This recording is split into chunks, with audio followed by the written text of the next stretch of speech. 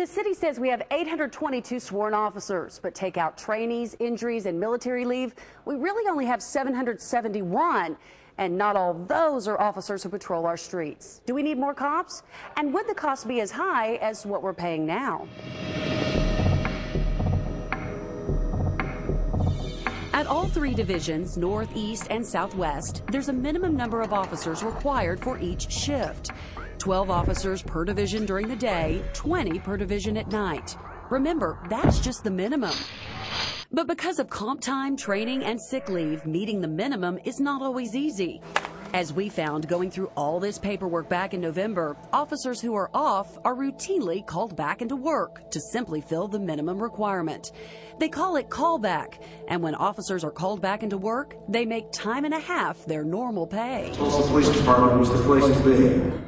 With no police academy scheduled yet this year, there are no new officers coming in. So for now, we must continue to make do with what we have. But at what price? The city could tell us the overall cost of overtime, most of which is the cost of doing business.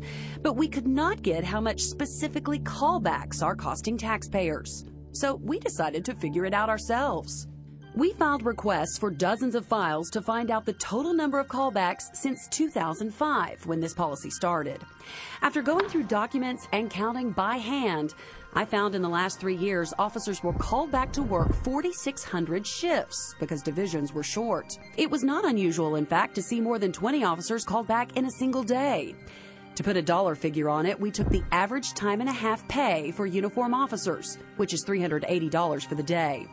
So paying officers $380 for 4,600 extra shifts, based on our math, that's more than $1.75 million in callback in the last 3 calendar years. We wondered just how many new officers that money could put on the streets.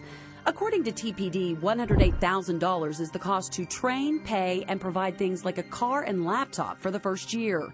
That means the $1.75 million we paid to cover simply the bare bones at TPD could have gone to hire 16 new officers. You could say, well, you could spend the $1.7 million and buy police officers today, and then say, well, what do we do now? How do we fund that in the out years? And there's no good answer to that. The chief is requesting 2 academies this next fiscal year, adding 52 new officers.